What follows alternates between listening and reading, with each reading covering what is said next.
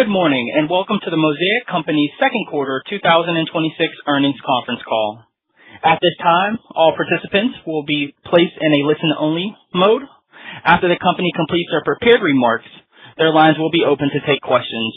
And now I'll turn it over to Mr. Paul Massoud. Please go ahead. Thank you, and welcome to our second quarter 2026 earnings call. Opening comments will be provided by Bruce Bodine, President and Chief Executive Officer. Luciano Siani-Pires, Executive Vice President and Chief Financial Officer, will review financial results. We will then welcome Jenny Wong, Executive Vice President, Commercial, to join Bruce and Luciano as we open the floor for questions. We will be making forward-looking statements during this conference call. Statements include, but are not limited to, statements about future financial and operating results. They're based on management's beliefs and expectations as of today's date and are subject to significant risks and uncertainties. Actual results may differ materially from projected results. Factors that could cause actual results to differ materially from those in the forward-looking statements are included in our press release published this morning and in our reports filed with the Securities and Exchange Commission. Please note, in today's presentation and in our press release and performance data, we will refer to and provide various financial measures including adjusted EBITDA, adjusted earnings per share, free cash flow, cost per ton, and adjusted effective tax rate, either on a total company or segment basis. Unless we specifically state otherwise, statements regarding these measures refer to our adjusted non-GAAP financial measures. Reconciliations of these measures to our most directly comparable GAAP financial measures can be found in our earnings release. Now, I'd like to turn the call over to Bruce. Good morning. Thank you for joining our call. Our message for you today is simple. Mosaic is working through a difficult market by successfully managing what is under our control and positioning ourselves for an eventual recovery. Sulfur affordability and availability remain key drivers, but we know the situation will improve. We've curtailed production, and we're relying on our strong balance sheet as a bridge to a more sustainable environment. Here are some key examples from the quarter. We further curtailed phosphate production and minimized our purchases of high-cost raw materials. We've locked in a significant portion of our third quarter sulfur supply at reasonable prices that, while historically elevated, are still well below the current spot market. Across our business, we're aggressively managing our costs, which you can see in SG&A. These are real savings that we expect to be permanent. We fortified our liquidity by terming out short-term debt. If this environment persists, we have full access to our untapped $2.5 billion revolver. And we've addressed all of these near-term issues without sacrificing our long-term goals. We're reallocating underperforming capital away from non-core assets to support future opportunities. We continue to explore strategic opportunities for certain assets, including Arishaw and Patrocinio, while investing in new areas like our fast-growing and resilient Mosaic Biosciences business. Before I get into our business performance, let's address the sulfur situation in our markets. The ongoing Strait of Hormuz closure and the more recent Kazakhstan blockade continue to impact the global flow of sulfur, and spot prices remain unsustainably high. We have curtailed production in the U.S. and Brazil simply because phosphate industry economics cannot accommodate current sulfur prices. That said, Mosaic is in a better position to weather this storm than most of our competitors are. Our long-standing relationships with Gulf Coast refiners and other global suppliers give us reliable access to sulfur. In fact, we were recently able to negotiate third quarter U.S. sulfur supply at a price that is considerably below the spot market. We are producing to meet as much demand as possible while trying to preserve margins and avoid high-cost inventory building. The sulfur situation is more than just an inconvenience for our industry. We believe global phosphate production will fall well short of last year by up to 30 million tons. With last year's low application rates, especially in the U.S., and limited fertilizer availability this year, crop yields will suffer, which could lead to food security challenges around the world in the near term. We are already seeing evidence of challenges. In Brazil, for example, despite significant acreage expansion, total crop production forecasts for the year have not kept up, suggesting significant yield impacts. Another season of underapplication will only exacerbate the problem. Only recently have crop prices begun to acknowledge the reality of production challenges around the world. In the past month, major ag commodity prices have moved up, providing some relief from high input costs for the world's farmers. The outlook for farm incomes is improving, which should be a catalyst for fertilizer demand. We're seeing early signs of this in Brazil. While shipments remain below historical levels as a result of ongoing credit issues, over the past several weeks, fertilizer shipments to Brazil have been very strong as growers respond to improved crop pricing. We expect phosphate prices to remain at current levels. With sulfur-driven supply challenges as well as severely reduced Chinese exports, availability is likely to remain limited in many parts of the world. As we expected, the temporary suspension of the U.S. countervailing duties on phosphate imports from Morocco has not yet had an impact on NOLA prices. Phosphate prices remain higher in other key regions of the world, and producers can realize higher netbacks selling in markets outside the U.S. So there is little incentive for producers to send fertilizer to the U.S. In addition, as part of the ongoing sunset review, the U.S. Department of Commerce has determined that the illegal subsidies that led to the duties in the first place remain in place in both Russia and Morocco. And the U.S. Court of International Trade recently reaffirmed the International Trade Commission's determination that the subsidies cause injury in the U.S. market. We are confident that the duties should continue once the suspension ends. While phosphate and sulfur markets are quite volatile, the potash supply and demand picture is much more balanced. With product moving freely around the world and global supply meeting strong demand in all major potash consuming regions. In fact, our summer fill program was fully subscribed. Strong palm oil economics and inventory replenishment in China bode well for ongoing good potash demand. Overall, we expect the potash market to remain constructive through this year, and longer term, we continue to believe that announced potash capacity expansions will be absorbed by steadily growing demand. Let's move on to our business, which is performing well, all things considered. Our global market access remains an important advantage. During the second quarter, we produced and sold 1.4 million tons of phosphate despite all the turmoil in the market. We were able to achieve these numbers because we have strong customer relationships across key agriculture markets, and we optimize our product mix to meet shifting demand. In addition, our ability to flex production and manage through the cycle is supported by the extensive work we completed over the past 18 months to fortify our assets. We're prepared to ramp back up to full production rates when market and raw material conditions improve. Potash remains a steady earnings and cash flow contributor, and our recent investments, including the HydroFloat project at Esterhazy, will provide meaningful benefits. In Brazil, where we have curtailed all phosphate production except for high-margin products due to sulfur availability, our business continues to perform well. Given the overall market conditions, our $60 million of EBITDA for the quarter highlights the resilience of our Fertilizantes franchise. Capital allocation remains an important pillar of our strategy, and we continue to make good progress. We closed the Carlsbad sale. We're optimizing our Brazil portfolio with the advancing process to divest our Arishaw complex, and we're allocating capital in pursuit of promising growth opportunities. The Rainbow Rare Earth Elements project in Brazil continues to show good potential, and our Mosaic Biosciences business is on track to double its revenues once again this year. I want to note that biosciences growth is strong despite current farm economics, a clear indicator that growers are finding real value in our proven products.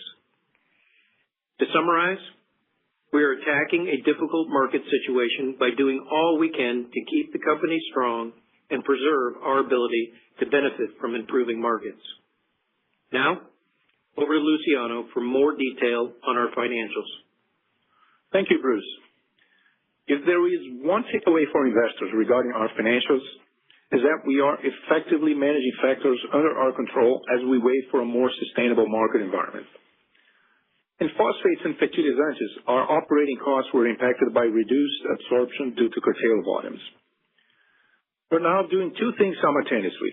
First, we're aggressively removing fixed costs where we can, especially in Brazil, to better cope with the temporary curtailments and to enable us to come back leaner when we restart. Second, we're maintaining our focus on asset health so that we can return to full production rates when the time is right. In the near term, however, ongoing curtailments are expected to result in limited fixed cost absorption and elevated idle expenses in phosphates and in fertilizants in the third quarter. But this is temporary and does not represent what this business is capable of in normal operating conditions. In our U.S. phosphate business, we've shown an ability to manage our input costs. In quarter two, our raw materials costs averaged $522 per long ton for sulfur and $621 per ton for ammonia, resulting in an average realized shipping margin of $422 per ton. For quarter three, as Bruce discussed, we settled a sulfur contract at $705 per ton. While much of this new contract price will be reflected in fourth quarter sales, we do expect some impact later in the third quarter. Given the dynamic nature of the market, we have chosen to once again provide some guidance for near-term raw materials costs. Therefore, for the third quarter, we expect realized sulfur costs of approximately $700 to $710 per ton and ammonia costs of approximately $610 to $620 per ton. Combining this with our DAP FOB pricing guidance of $820 to $840 per ton yields an implied realized shipping margin well above historical averages, which is a good result. In potash, we successfully completed Esterhazy's annual turnaround during the second quarter. Looking ahead, the segment should see lower unit costs, especially with the additional volumes from Esterhazy's hydroflow project. Second quarter MOP costs of $84 per ton reflected a production mix that was more heavily weighted towards Kalonji volumes, but we expect to revert lower in the second half of the year. To offset some of the second quarter's curtailment impacts, we've become more aggressive in our review of corporate spending. You can see in our results that we've brought SG&A costs down by 20% year over year despite persistent inflation. Increased spending discipline, reduced support labor costs, lower bad debt expenses, and benefits from recent divestitures are driving these savings. In the second half of the year, we expect SG&A to decline further as more of these savings are realized. From a cash flow perspective, we're starting to see the results of our actions. Mosaic's cash flow from operations improved through the first half of the year, and it is expected to rise further in the third quarter as working capital is released, mostly in Brazil, and as additional cost reductions are realized. These are expected to more than offset any impact from higher raw materials costs. Combined with our lower CapEx expectation for the year of $1.2 billion, down from $1.25 billion, we expect sequential improvements in free cash flow in the third and in the fourth quarters. Our strong balance sheet continues to provide us with the flexibility to manage through this environment. In the second quarter, we put in place a $1 billion term loan to replace and extend very short-term commercial paper maturities. We refinanced $500 million of our commercial paper in June, and the rest was done in July. We have a very comfortable short-term liquidity position. We have not tapped our revolver at all, and we will continue to evaluate opportunities to optimize our balance sheet. On the capital reallocation front, we continue to evaluate opportunities to optimize our portfolio and reallocate capital. We're advancing the process around Araxá, and we are progressing several opportunities involving our land holdings. To close, we've taken decisive actions and executed well as we work through the sulfur situation. The steps we have taken, first, across our operations, second, in our cost structure, third, in our capital spending, and fourth, in our balance sheet, have all positioned us well for an ultimate recovery as market conditions normalize. And with that, I'll turn the call back to the operator for Q&A. Thank you. We will now begin the question and answer session. To ask a question, you may press star then one on your touch-tone phone. If you are using a speakerphone, please pick up your handset before pressing the keys.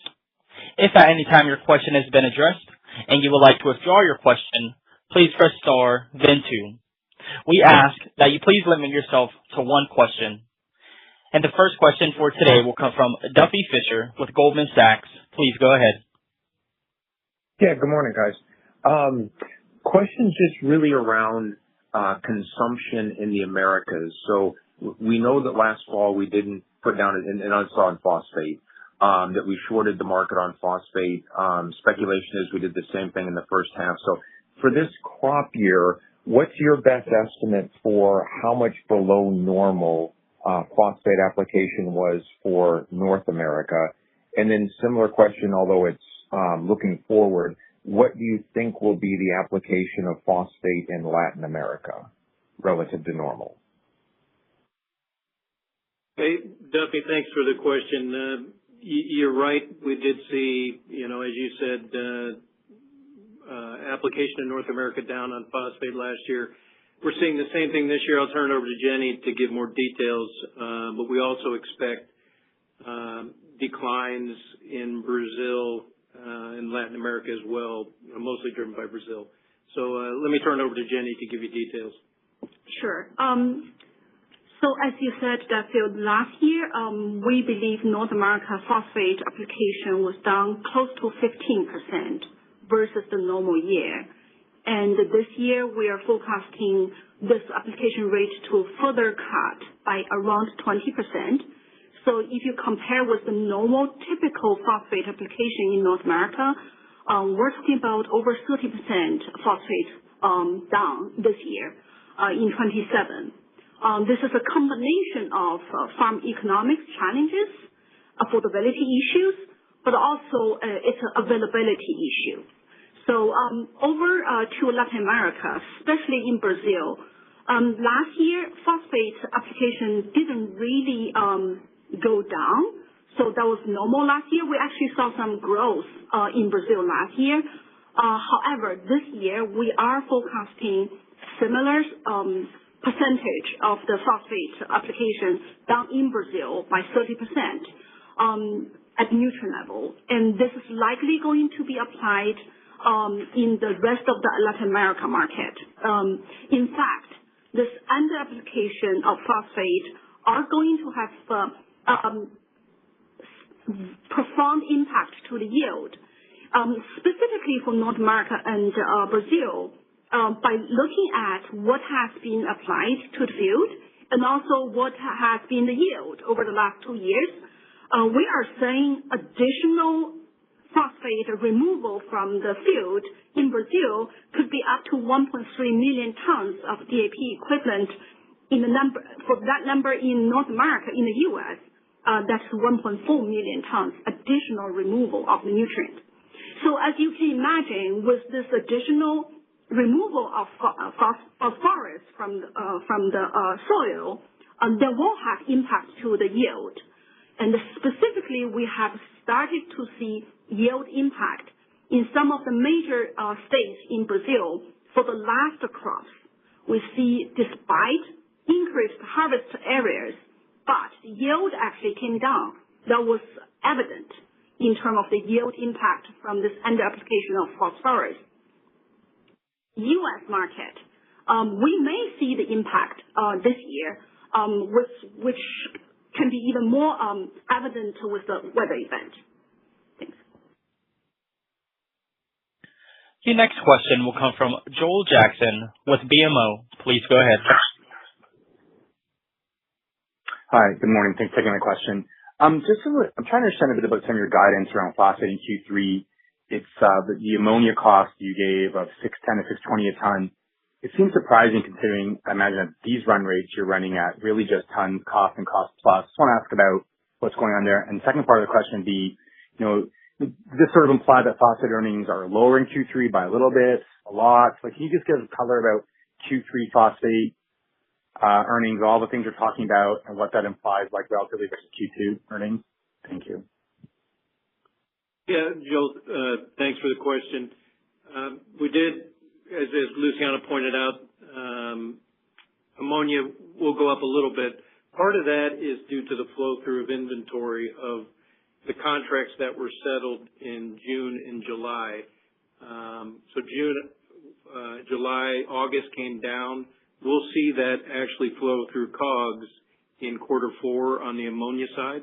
But to your point, a mix, just because of lower production, is going to be, more heavily weighted towards those contract negotiations and our own internal production. We're going to see a peak of that in Q3, which does kind of hurt stripping margins a little bit, as well as the ammonia that Luciano talked about. But I would use those as factors as you're looking towards guidance. The other factors to think about are cost absorption for the additional production down in North America. Quarter 2 didn't represent all of those curtailments. Quarter 3, given that those curtailments are likely to be sustained, barring some unforeseen circumstance in the market, we'll have to absorb more of that. So that'll affect some of our conversion costs on the margin as well. So expect stripping margins to be down, but still, the good news is well above kind of historic levels. So we're feeling good about where they are, even though there's some headwinds. We should start to see, some tailwinds on pricing. As Jenny alluded to, on yield impacts, we're starting to see ag commodity prices respond in a favorable level, which should raise the affordability piece on the farm side, which really is another constraint that may not be seen because of supply constraint, but that demand constraint definitely is out there if supply were to come back. Luciano, I don't know if you want to add anything. And again, because we're guiding for sales between 1.1 compared to 1.4. Because we're guiding for sales between 1.1 to 1.4 compared to this quarter 1.4. Again, depending on how the market goes, there could be a little bit of downside in volumes as well. The next question will come from Vincent Andrews with Morgan Stanley. Please go ahead. Thank you, and good morning. My recollection is that you were previously expecting about a $400 million outflow of working capital through the course of the year. Is that still a good number to work with, or do you think it'll be more or less based on what you know today? Yeah, Vincent, I think we've said 300 to 500, so 400 is, the midpoint of that kind of range. We do still expect that type of liberation. We saw some of that in phosphate in the first half, but the bigger one that we've been pointing to, comes often, many times in this time of year historically, is the liberation of working capital in Brazil. But we actually see that being more acute this year because our B2B business, our production is down, so you actually see more liberation. But Luciano has some details on that. I'll let him talk about it. Hey, Vincent. So bear with me. This is going to be a little longer answer. So in Q1, we actually were kind of flat in working capital compared to a big investment the year prior. So that was a result of the stocking of phosphate inventories. In Q2, we actually increased inventories again by $200 million, but mostly in Brazil. And we actually collected a lot of the sales from the Q1 excess inventory that we discharged in phosphates. So therefore, the working capital situation in Q2 was negative, but not by a large amount. Again, which is, if you compare to prior year, it's a little better given the quarter we're talking about because of these collections from Q1. What really disappointed in Q2 were actually the prepayments in Brazil. If you look a year back, if you look in the cash flow statement, there was a very strong cash inflow from what we call accrued liabilities, which include prepayments we received from our customers in Brazil in anticipation for the sales of Q3. But there has been a clear change in buyer behavior because of many factors. So prepayments didn't come in as much, so close to zero. So the prepayments did not offset this small decline in working capital.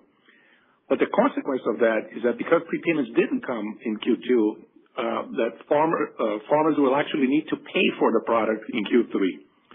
And so the sales in Q3 will be, as they've always been, substantially higher. Just to give you a number, in the last 3 years, Brazil has sold 600,000 tons on average more in Q3 than in Q2. So these sales will kind of repeat this year. And the collections are going to come from these sales are going to come mostly in Q4. So we should expect, first, some release of working capital in Q3, maybe between 100 and 200 million. But the bulk of the 300 to 500 million will come in the second quarter, in the fourth quarter, when the collections come in. So I would say we still subscribe to the 300 to 500 million release. The dynamics has changed a little bit. But and yes, the last point that Bruce mentioned, this one is important because the distribution business in Brazil, you buy and you sell. So the cycle is comparatively short. The production business, you produce all over the year, and then you sell mostly in Q3, which means that if we were producing, we would be rebuilding inventories in production in Q3 and in Q4. But because we are mostly curtailed in Brazil, that will not happen. And so therefore, the release in the distribution business will not be partially offset by another build in the production side. So again, that's another factor that the reason why we believe the 300 to 500 will come. Again, maybe a third of it will come in Q3 and 2/3 in Q4. The next question will come from Chris Parkinson with Wolfe Research. Please go ahead. Got it. Thanks for taking the question. Can we just kind of take a step back, just given all the noise of curtailments, and I think those have been notoriously well publicized, but you said in your release that your operating parts are about 40%, Louisiana is entirely offline. Given the guidance of kind of production and, volume sales, at least for the third quarter, does that basically imply both New Wales and Riverview are somewhere in the low to mid 70s? I mean, obviously I know there was some maintenance activity in the first half, but in terms of getting both of those facilities, specifically New Wales, back to an operating rate which you'd be eventually happy with and the implications in a normalized environment. Bruce, I'd just love to hear your thoughts on kind of where we are in the third quarter, how we're progressing, and how we should think about that if and when things finally normalize in terms of how you can operate your network. Thank you. Yeah, Chris, I think you're pretty spot on the operating rates in the mid-70s at the other facilities. So let me just go back maybe a little bit and set the stage. I think of what you're looking for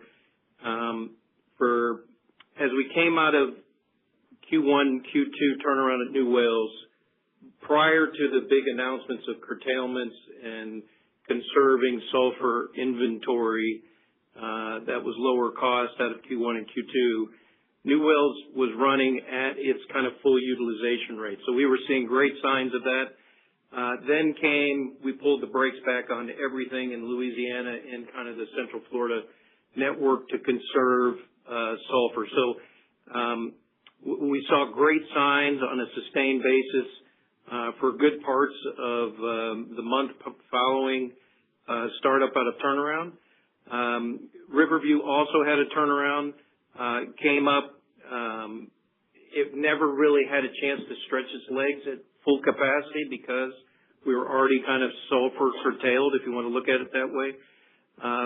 So we've seen good signs at all of our facilities now. I think the last one out there was at New Wales, and we did get to stretch its legs following turnaround, and we're very encouraged by what we saw running at its full capacity target. The sulfur thing, as you pointed out, has put a constraint. We are only dealing with sulfur based on our contract volumes, which provide that full run rate that you just described, Chris, which is still a little bit down at New Wales and Riverview, 40% at Bartow, and then 100% down at New Wales. So that sulfur supply, at Louisiana, that sulfur supply is what we're now constrained to and how we're trying to optimize. Now, what will happen in any given week or any given month depending on what product demand there is, because we don't have endless product capability at every facility. Those are the general targets that we're shooting for.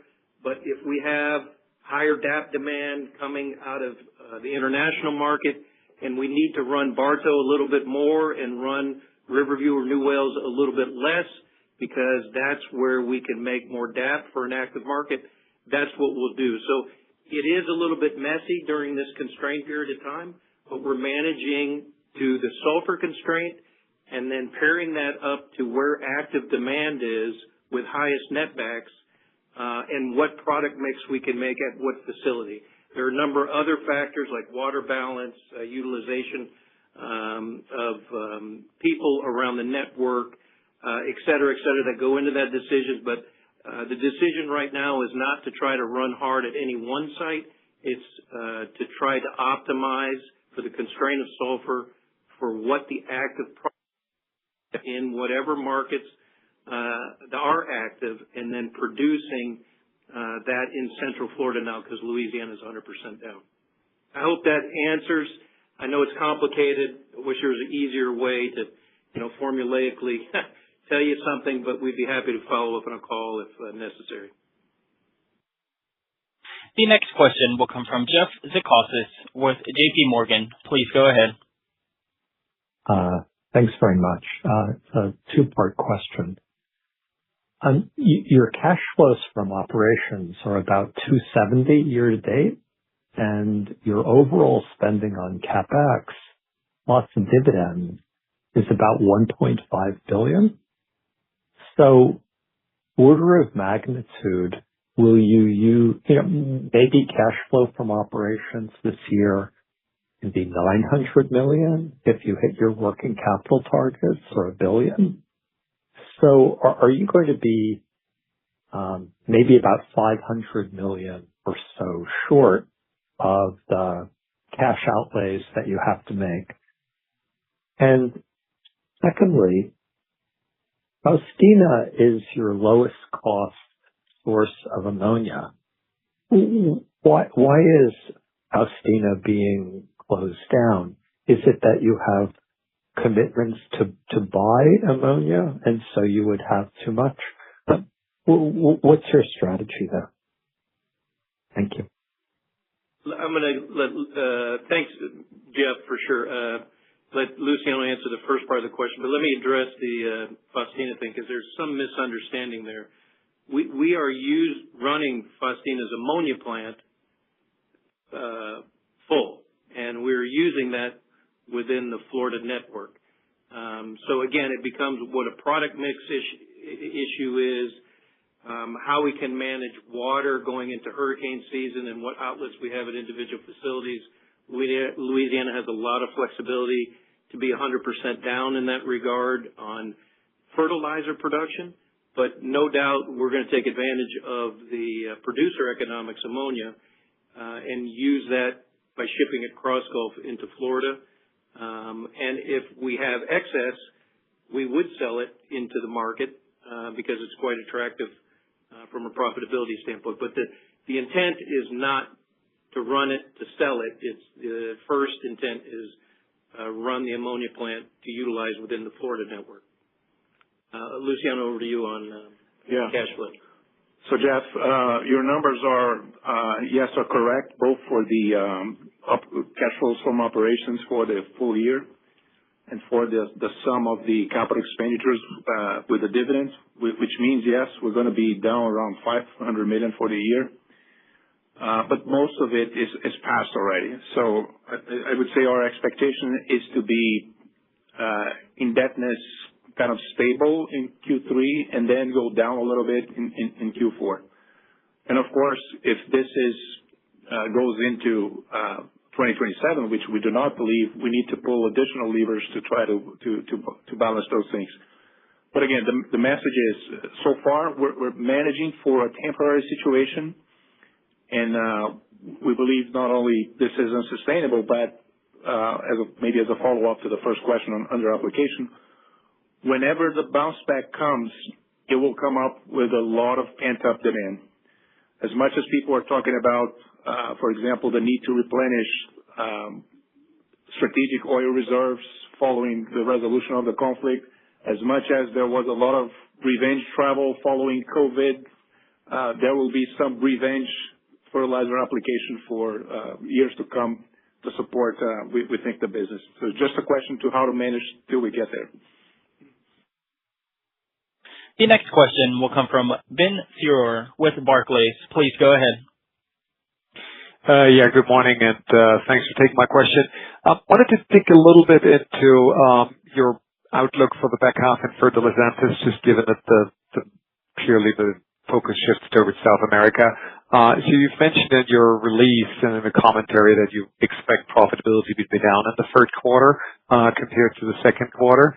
Can you help us understand what the main drivers are behind that? Is that just associated with your own production? Is that part of the distribution business coming? Is it all of it? And then how should we conceptually think as you look into these dynamics around increased crop pricing and so on for the business in South America as we move into the fourth quarter? Thank you very much. Yeah. Appreciate the question there, Ben. Let me tee it up, and then Luciano can get into some details on more on the EBITDA and how to think about that out of fertilizantes. But let's start with kind of volume out of quarter three. Quarter three is always kind of the peak volume quarter within the calendar year.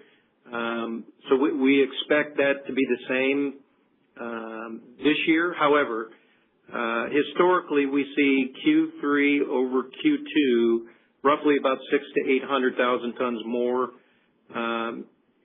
quarter over quarter, and would expect the same this year. But what's muting the full potential of what's historic is actually our production business being down. We are not making or making very little commodity fertilizers in Brazil, given the sulfur availability and affordability issue. So that is what's driving kind of demand being down or supply to feed demand, however you want to look at it, in Brazil. And Jenny addressed that being down, up to 20%, 30% this year on phosphate. So that is what will give you kind of to help figure out on volume. So better than quarter two. Typically, quarter two is up 600,000 to 800,000 tons. Obviously, our quarter two this year was down, but then it is constrained because we don't have our B2B production volumes to be able to sell. So with that already is going to handicap EBITDA, and then we're going to be more down than we were in quarter two. And Luciano can kind of talk about how to think about how the EBITDA puts and takes work with fertilizantes. Yeah. I would say that the goal throughout this curtailments is to make, for example, the production business stand on its own, so be kind of a zero net contributor. And how this is achieved, like the contribution margin of our animal feed sales, plus a little bit of the sulfuric acid sales, plus co-products should match the fixed costs and the turnaround costs. And we're actually kind of seeing Q3 even a little surplus because it's a strong quarter for co-products as well. And a reminder, when we talk about co-products, people usually associate, well, if I'm not producing, where are the co-products? About half of our revenue from co-products comes from the sale of gypsum, which we actually have a very large stockpile. So to sell gypsum for the Brazilian farmers, we don't need actually to produce. So the sales are going to be there regardless of curtailments. Gypsum only, which is about half of the co-product sales.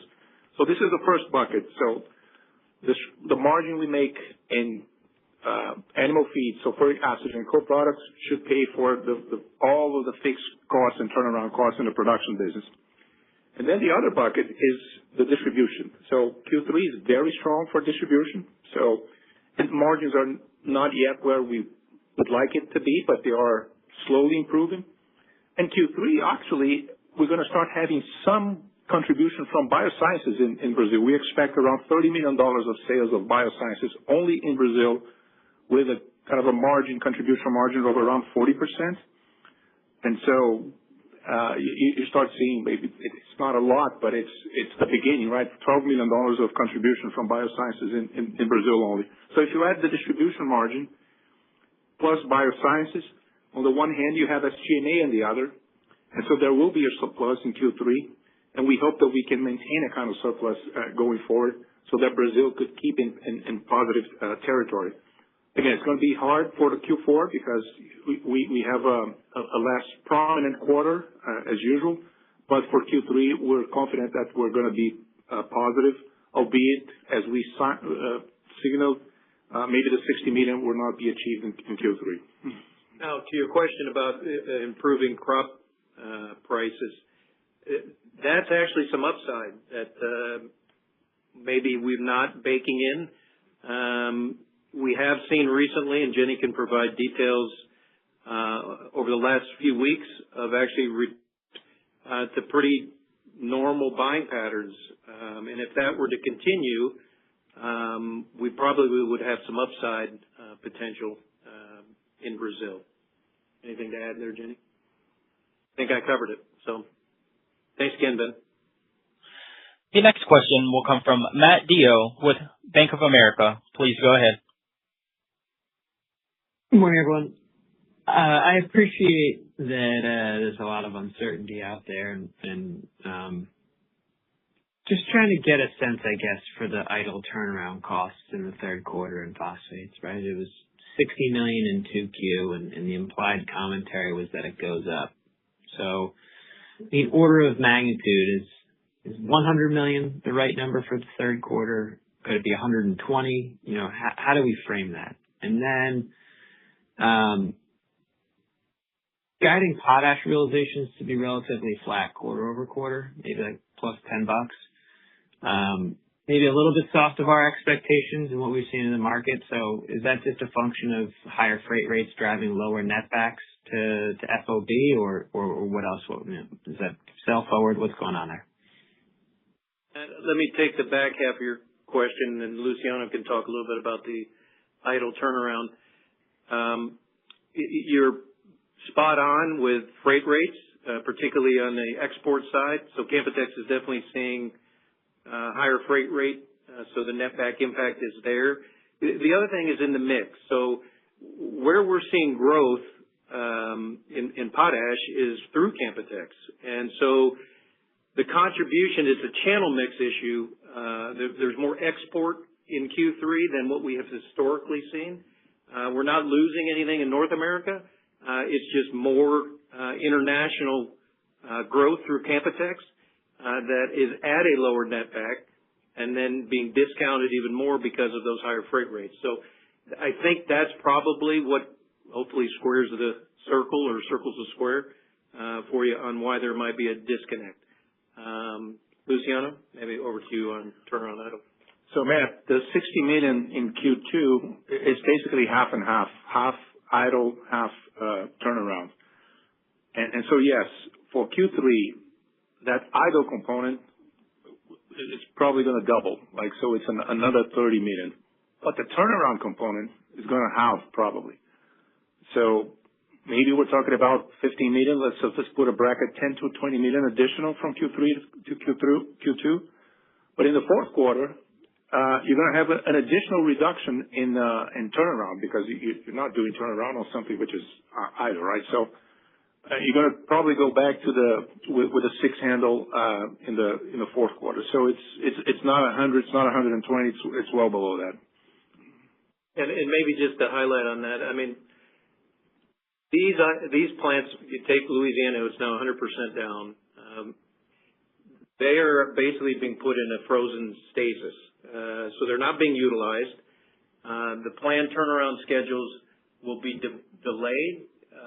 So CapEx that may be invested associated with a normal type turnaround is going to be deferred. That does not mean we're deferring CapEx for asset structural health. So as these assets are not running, we're still sticking to its running turnaround time schedule. But while they're down, we are taking advantage of both CapEx and turnaround costs that will be deferred until these things are back up and running, and utilize that run time for turnaround. So it is, again, complicated, but we're looking very detailed at everything and taking advantage of everything we can, as we've talked about, the things we can control, to wring costs out in a way that doesn't damage asset health for the long term. By the way, we didn't have the opportunity, but the CapEx profile. So you remember we started the year with 1.5, then we got back to 1.25, and then now 1.2. The pace at which you kind of slam the brakes matters here. So CapEx will still be in Q3 somehow around like 300 with a 3 handle, but then it will drop substantially in Q4. So it's another reason why Q4 should be a stronger quarter for cash flows, just because that's the way you manage, right? You cannot just stop all of a sudden. So you have to manage through, and then you're going to see a step change in CapEx down for Q4. The next question will come from Adeline Rodriguez with Mizuho. Please go ahead. Thank you, and good morning, everyone. Bruce, in terms of the affordability issue in phosphate, like how long can this go on, and how do you think it gets addressed? Is it crop prices moving up, or phosphate prices moving down, or combo? And what's your preference? Adeline, no, thanks. Always appreciate the question. It's impossible to know exactly. I think it's probably a combination of both. In what proportion, I don't know. I don't think that I have a preference, to be quite honest, Adeline. I think, in my mind, what's most certain is, as Jenny outlined, there has been up to 30 million tons this year of production that just won't happen, depending on how long this sulfur availability thing is prolonged. If it goes to the end of the year, the number can be up to 30, could be the high end, 30 million tons, based on our calculation. Already less phosphate applied last year, a significant reduction this year in Latin America and in the U.S. The agronomic science has not changed. So this will have an impact on yields at some point, and then layer into the risk of what does El Nino do globally. So I think ag commodity prices are set to continue to rise as more evidence as crop gets removed over the course of the next 3 months, 4 months, 6 months, which is going to provide tailwinds for farmer demand. It won't take much for farmers to change to feel differently about the narrative on affordability. If corn hits 5, north of 5, that is going to provide a lot of sentiment positivity. It's going to provide a lot of tailwinds. And the place that I would look first is in Brazil, because the soil type just doesn't have the ability to bank nutrient value for mining it later as much as North America. But as Jenny said, in North America even, we've mined almost 2.7 million tons over 2 years of phosphate out of the crop removal from 25 and now 26 projection, above what is average, and we aren't applying average nutrients to replenish that. So I think crop prices are going to rise. What happens with raw materials, your guess is as good as mine, but what we are in today is not sustainable. There will have to be a new economic equilibrium hit in order to not have yields on a long-term sustained basis stay negatively impacted. The next question will come from Kristen Owen with Oppenheimer. Please go ahead. Good morning. Thank you for the question. Did want to ask two things here. First, there was a write-down in the period. Can you just articulate what that was? And then my real question just is on your inventory levels. You finished the quarter at about 125 days. Can you just help us parse out, how much of that is raw versus finished goods, and how we should think about that being sort of elevated levels versus elevated prices? Just provide a little bit more color on that inventory level, please. Thank you. No, Kristen, thank you. The write-down was a capital project that we had looked pursuing in the past, which was purified phosphoric acid, and going into battery cathode material. I think we had talked about that publicly 2-3 years ago. It became the point that we pretty much ruled out that ever being a possibility and took the write-down non-cash. On the inventory, Luciano, I'll turn it over to you. Maybe you got some more color on what's driving. Yeah. So, Kristen, you probably looked into it. There's a footnote in our financial statements. I think it's footnote 5, which gives the breakdown of inventories in the various categories. So raw materials have been on a trend up because of prices, of course. But I would say they tend to go down now because even if you keep the same days of inventory, like you're running less facilities, especially in Brazil, the sulfur inventories are pretty much going to go down all the way to zero. The same is going to probably happen with work in progress as well. So you may remember past conference calls we talked about an accumulation of rock inventories. And again, there was still a little bit of buildup in Q2 because, again, you stop the facilities and then you're still processing rock. But structurally, these tend to go down a little bit as well.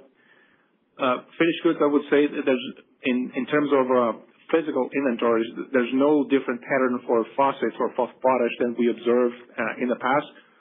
You remember there was an uptick in finished good inventory for phosphates in Q4 last year. We ended up with close to 1 million tons of finished goods, but now we're down to kind of 700,000, 600,000. This is more like a healthier level. If there's a rebound in demand, we might even go lower than that. MRO inventory, it's kind of stable, flat as well. So I'd say other than the traditional seasonality of Brazil, which will have the behavior I described earlier, and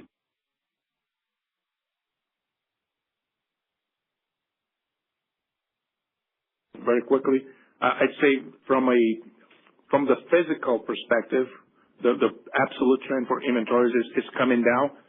And of course, you layer on top of it the price effects. The next question will come from Lucas Beaumont with UBS. Please go ahead. Thanks. Good morning. So I guess just want to go back to kind of the phosphate volume outlook. So based on the current conditions, what you know today in terms of the pricing, input costs, and sulfur and ammonia, if conditions kind of remain where they are now, what would you expect to do from a production standpoint as we go into the fourth quarter? Would you keep things the same in the U.S.? Would you reduce them, or would you be able to increase it further? Thanks. Yeah, Lucas, appreciate the question. Under your assumption, which I would say is not that disconnected from probably where we're assuming right now, production would stay the way it currently is. We would consume what we believe we have is advantage sulfur to the competition. And we know there are enough active markets globally to be able to utilize that sulfur and constrain ourselves to that advantaged contract sulfur that we have in the active markets. And based on that, we kind of see that production volume.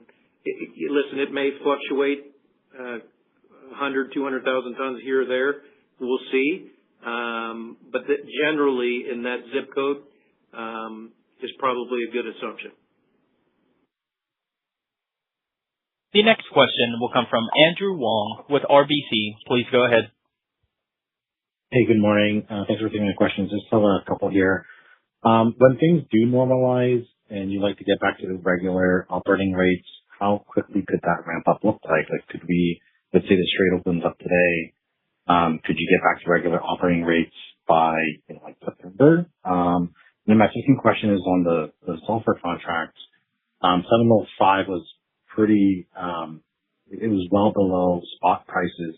Can you just kind of talk about how that came about? And let's say if the Strait does remain closed into Q4, could you still sign another contract at the roughly similar level? Thank you. Let me start, Andrew, with the latter part. I think it's worth talking about that we were able to create a separation on that settlement cost from what spot solid sulfur was.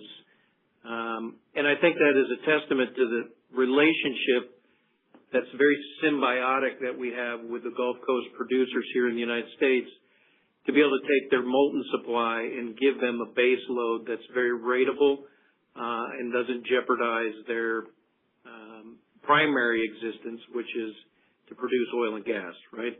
So that is a relationship that has worked in ways that favor us and in ways that favor them over the decades that we've had this advantage relationship here in North America. So I can't speak to what we should expect.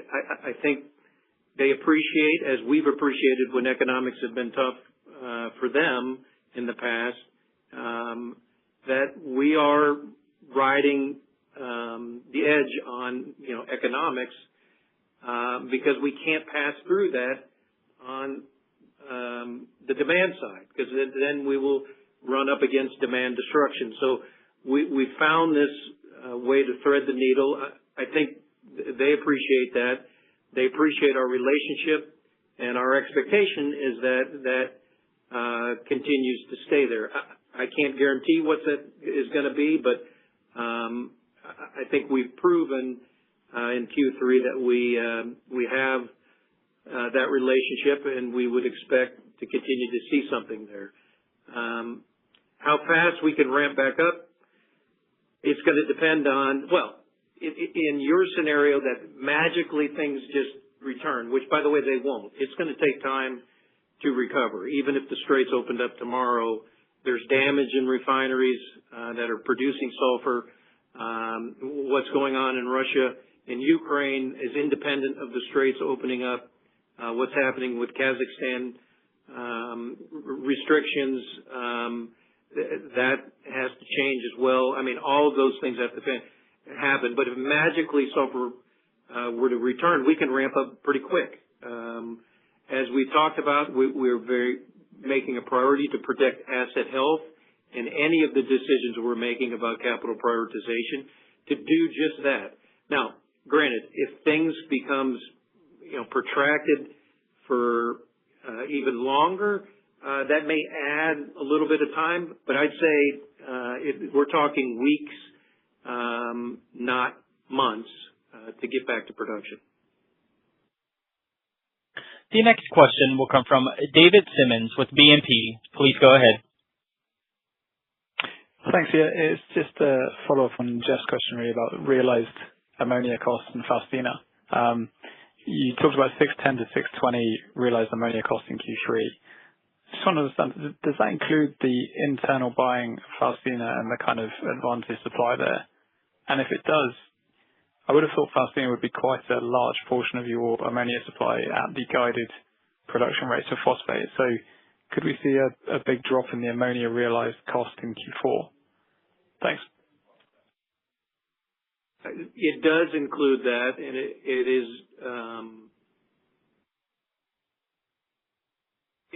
so it does include that. It's just based on the other contracts that we have settled and how that's going to flow through inventory. A good chunk, the majority of our production is either internal gas-based or gas-tied contracts We do still have some spot that's in there, but the settlement prices for our strategic contracts that are tied to market negotiation on a monthly basis, that's all included in the in what Luciano was talking about on how that would impact on COGS. So that does include our Louisiana tons. This will conclude our question and answer session.